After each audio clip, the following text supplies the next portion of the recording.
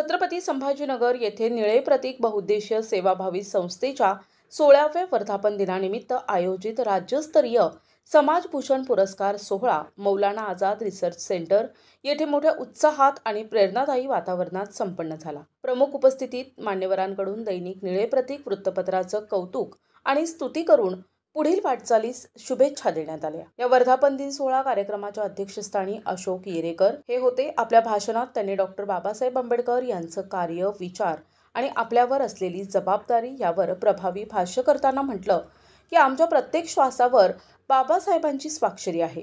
हे ऋण आम्ही कधीच फेडू शकत नाही। निळे प्रतीकचे संपादक रतनकुमार साळवे यांचं विशेष कौतुक करत म्हणाले की रतनकुमार हे नावाप्रमाणेच खरोखरच अनमोल रत्न आहेत। त्यांची धडपड, त्यांचा संघर्ष हा प्रेरणादायी आहे।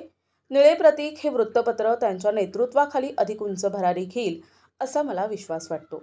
कार्यक्रमाचे उद्घाटक प्रवीण शिशुपाल यांनी आपल्या भाषणातून सांगितले की निळे प्रतीक ही केवळ वृत्तपत्र नाही तर ती आंबेडकरी विचारांची ताकद आहे। हे वृत्तपत्र जगलं पाहिजे, वाढलं पाहिजे यासाठी सर्वांनी पाठिंबा द्यावा। डॉक्टर आंबेडकरांनी पत्रकारितेला जी महत्त्वाची भूमिका दिली होती ती आज निळे प्रतीक निभावत आहे असं सांगितलं। या कार्यक्रमात डॉक्टर जीवन राजपूत, प्राध्यापक धम्मदर्शना महाथेरी, भदंत संघपाल थेरो, आर्याजी अधिधम्मा, इंजिनियर राजधर दांडगे, डॉक्टर विजय घोरपडे, प्राचार्य राहुल मस्के, उपायुक्त नंदाताई गायकवाड, दुष्यंत आठवले, गंगाबाई सुरडकर, रविकुमार तायडे आदी मान्यवर उपस्थित होते। या कार्यक्रमादरम्यान आशाताई येरेकर यांना समाजभूषण पुरस्कार देऊन सन्मानित करण्यात आले।